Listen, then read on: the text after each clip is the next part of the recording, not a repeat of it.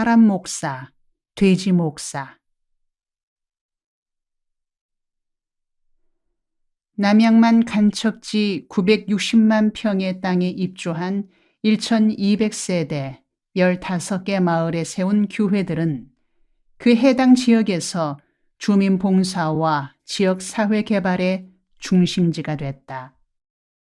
남양만 넓은 지역에서 이화리에 자리 잡은 활빈교회가 모교회가 되고 화성군 쪽으로 독정리, 장안 1리, 장안 2리에 각각 세 교회가 들어섰고 평택군 쪽으로 호암리, 원정리, 홍원리에 세 교회가 있었다. 이렇게 모두 7교회가 현장에서 뿌리를 내리며 자립교회로 발돋움했다. 처음에는 버스를 한 대 사서 이화리 활빈교회에 모두 모여 예배를 드렸다. 개척지에서 400명 이상이 한자리에 모여 예배를 드리니 세력도 있고 서로 의지가 돼서 좋았다. 그러나 함께 모이는 것이 좋은 점도 있었으나 그렇지 않은 점도 있었다. 각 마을에서 하는 활동에 소홀해지고 지역사회를 섬기는 교회가 되겠다는 활빈교회의 설립 정신에 소홀해졌다. 그래서 2년이 지난 후부터는 각 지역교회가 흩어져 예배를 드렸다. 우리는 각 지역에 주민회란 이름으로 주민 조직을 결성하고는 활빈교회와 주민회가 합하여 남양만 지역 사회개발본부를 조직했다. 활빈교회 대표인 내가 본부장이 되고 주민회 회장이 부본부장이 됐으며 사무총장을 두어 전체를 총괄하게 했다. 그리고 개발본부 산하에는 5개 분야의 분과위원회를 두어 분과별 활동을 이끌었다. 그들 5개 분과는 주민교육분과, 지역사회 보건분과, 협동조합분과, 농업개발분과, 문화활동분과였는데 각 분과마다 사업을 세분하여 지역 문제를 발굴하고 기획하고 해결해 나가도록 했다. 예를 들어 주민교육분과 사업에는 5가지 단위 사업이 있었다.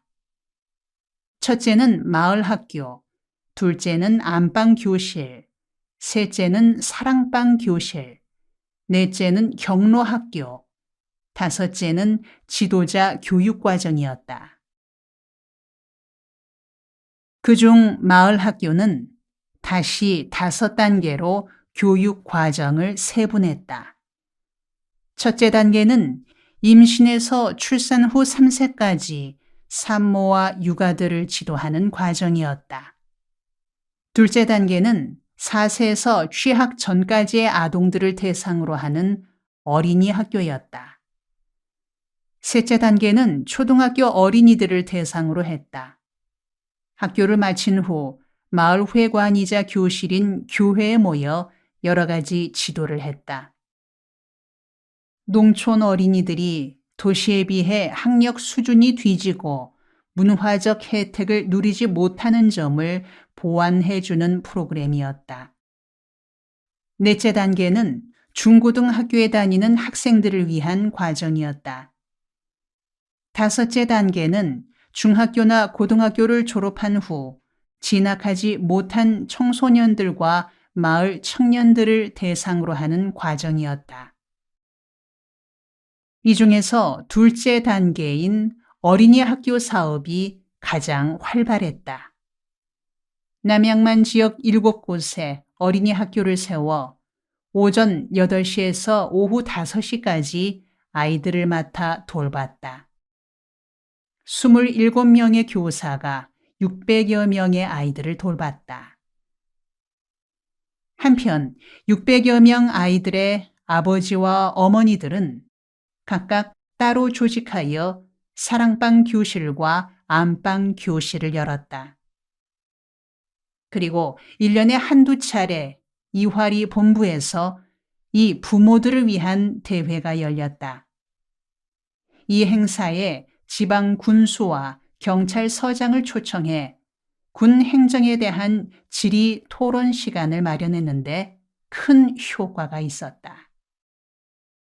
우선 몇백 명이 모여 있다는데 모두들 놀랐고 지역사회 내의 문제들을 자치적으로 해결해 나가려는 안목과 열성에 또 한 번 놀라움을 표시했다. 이런 식으로 지역사회 주민들 중에서 모든 주민들이 어떤 모습으로든 개발본부가 실시하는 프로그램과 관계를 맺을 수 있도록 했다. 그렇게 되니 지역에서 주민회에 힘이 돋보였다. 단위지역 주민회 대표들이 모여 남양만 총주민회 회합을 가질 때면 그 열기가 대단했다. 자연히 남양만 주민회를 대표하는 회장 자리는 좋은 보직이 됐다. 왜냐하면 주민회 활동이 왕성해지니까 군수나 경찰서장이 새로 부임하면 며칠 안으로 찾아와 인사를 하기도 하고 명절 때가 되면 관에서 연하장이나 선물도 보내오니 농민들로서는 대단한 자리로 인식되지 않을 수 없었다. 이런 이유로 남양만 주민회는 평생 씻지 못할 상처를 입었다. 제2대 회장단 때의 일인 듯하다. 윤 씨가 회장을 맡았고 박 씨가 부회장을 맡았다. 둘 다 서울에서 함께 내려온 활빈교회 멤버로 내가 세례를 주고 교회 집사까지 임명한 일꾼들이었다. 그런데 하루는 사무총장이 내게 와서 둘 사이가 좋지 않은 관계임을 일러주었다. 목사님, 죄송스런 말씀입니다만 윤 회장과 박 부회장 사이를 목사님이 좀 풀어주셔야겠습니다. 왜 그래요? 요즘 두 분 사이에 무슨 문제가 있나요? 말씀드리기 곤란하긴 합니다만 그렇게 머뭇거리지 말고 터놓고 말해보세요. 예, 말씀드리죠. 어느 곳이든 사람 모인 곳에서는 다 있을 수 있는 일인데 둘의 관계가 고양이와 쥐 사이입니다. 왜 그럴까? 둘 다 서울서부터 고생을 같이 해온 평생 동지 같은 사이인데 그렇게 갈등이 생긴 이유에 대해 뭔가 짚이는 게 있나요? 사연을 알면 화해시키기가 쉬울 텐데. 글쎄요. 뭐라고 말씀드려야 할지. 주민회 총회 날짜가 얼마 남지 않고 다가왔지 않습니까? 아, 그랬던가요? 벌써 총회할 때가 됐나? 그런데 총회가 있는 것과 둘 사이의 갈등이 무슨 관계가 있기에 박 부회장이 다음 회장 선거에 출마하려나 봐요. 그래요. 그럴 수 있겠죠. 부회장으로 있었으니 차기 회장으로 뽑힐 가능성도 있겠구먼. 그런데요. 문제는 윤 회장이 회장 자리를 내놓고 싶지 않은가 봐요. 그래. 그 사람 열성도 있고 지도력도 괜찮은 것 같던데요. 그럼 윤 회장과 박 부회장이 차기 선거에서 경쟁 상대가 된단 말인가요? 그런 셈이죠.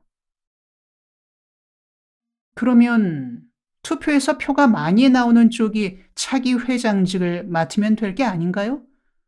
별 문제 될 것도 없을 것 같구먼요. 아이고, 그게 그렇게 간단치가 않단 말입니다. 간단하지 않으면 복잡하단 말인데 내 생각에는 하나도 복잡할 게 없을 것 같습니다. 아휴, 목사님은 매사를 너무 쉽게 생각해서 탈입니다. 그 일로 둘 사이가 틀어져서 지금 말도 안 하는 사이랍니다. 그러면 안 되죠. 그런 일로 사이가 틀어지면 둘 다 졸장부인 게죠. 내 생각에는 별로 문제가 될 것 같지 않은데. 언제 둘을 불러서 이야기를 나눠보도록 하죠. 그건 그렇고 각 지역 대표들은 어느 쪽으로 쏠리는 것 같습니까? 지역 여론이 다음 회장감으로는 박 부회장을 밀기 때문에 문제가 생긴 거죠. 그래요. 그 사람이 착실해서 인심을 얻은 게로구먼요. 나와 사무총장 사이에 이런 대화가 오고 간 후 나는 바쁜 일과에 밀려 둘 사이의 문제에 관심을 기울이지 못했다. 이것이 나에게 평생 씻지 못할 한이 되고 말았다. 얼마 후 윤 회장이 주민회 모임에서 박 부회장에 대해 말했다. 요즘 왜 박 부회장이 안 보인다지? 글쎄, 그저께도 있었는데 오늘은 결석했구먼. 모임에 잘 빠지지 않는 사람인데 혹시 소문이 사실이 아닌가? 뭔 소문인데? 박 부회장이 요즘 여자 문제가 좀 있다던데? 아니, 윤 회장, 무슨 소리를 그렇게 해? 아, 박 부회장 같이 착실한 사람이 뭔 여자 문제가 있으려고? 아이고, 이 사람. 얌전한 고양이가 부뚜막에 먼저 올라간다는 말도 못 들었는가? 어허, 괜시리 멀쩡한 사람 그렇게 험담하는 게 아니여. 험담이 아니라 소문이 그렇다는 거지. 혹시 사귀는 여자하고 야반도주라도 했는가 해서 하는 말이지. 주민회 대표들의 회합에서 이런 대화가 오고 간 후에도 며칠이 지나도록 박 부회장은 나타나지 않았다. 집에도 없고 친척 집으로 연락해도 흔적조차 알 수 없었다. 그러는 사이 윤 회장은 박 부회장 이 사람 어디로 갔을까 하며 묻고 다녔다. 그런데 얼마 후 마을 개가 뒷산에서 코를 땅에 대고 킁킁거리며 냄새를 맡고 있었다. 지나던 사람이 개가 하는 짓이 이상해 가까이 가보았더니 땅 속에서 삐죽 나온 옷자락이 보였다. 이상히 여겨 파보았더니 시체였다.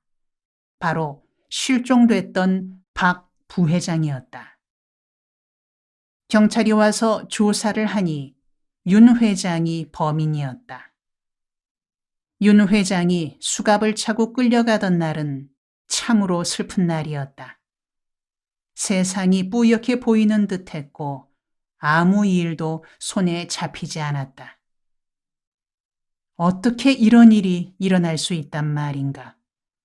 둘 다 내가 전도하고 세례를 주었고 교회에서 집사로 세우고 주민회에 기둥되는 일꾼으로 세웠는데 한 사람은 죽임을 당하여 땅에 묻히고 한 사람은 살인범이 돼 감옥으로 끌려갔으니 도무지 일어날 수 없는 일이 일어났으니 도대체 어찌 된 노릇일까?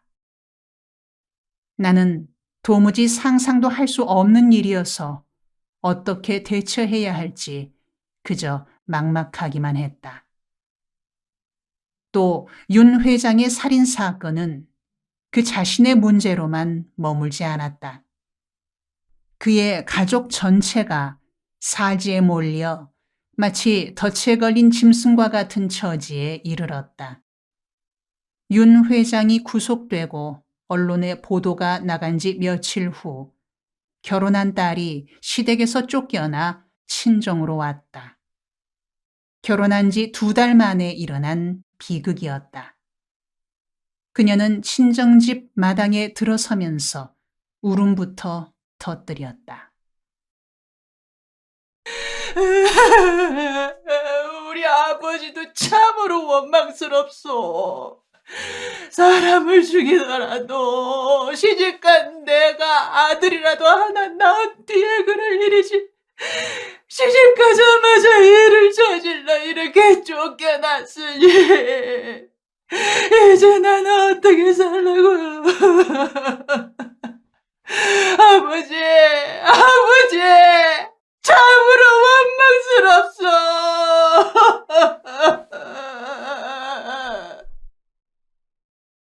그렇게 울며 들어오는 딸을 윤 회장의 부인인 친정 어머니가 붙들고 모녀가 서로 통곡을 하는 통에 주위에 사는 주민 모두가 눈물을 흘렸다. 시집살이 2달 만에 살인자의 딸이라고 해서 친정으로 쫓겨왔으니 얼마나 한스러웠겠는가. 그러나 윤 회장의 집은 피해자인 박 부회장 집에 비하면 아무것도 아니었다. 먼저 박 부회장의 부인이 남편의 시체를 보고는 그 자리에서 돌아버렸다. 장례식 날에도 꽃을 따러 다니고 윗옷을 벗어던져 젖가슴을 드러낸 채 해실해실 웃으며 골목길을 다니고 있었다. 죽은 사람이나 돌아버린 사람보다 정작 더 불쌍한 것은 자녀들이었다. 장례식 날 어린 딸들이 흐느끼며 아버지 관을 붙들고 놓지 않았다. 아버지, 우린 어찌 살까요? 엄마까지 저를 미쳐버렸으니 우린 어찌 살아가야 하나요? 자녀들의 그런 애처로운 모습을 보고 눈물 짓지 않는 이가 없었다. 나는 장례 예배가 이어지는 동안 한켠에 앉아 걷잡을 수 없이 쏟아지는 눈물을 감당하지 못하고 있었다. 그런 중에도 마을 사람들의 소리가 들려왔다. 뭐 한다고 예배는 드렸었노?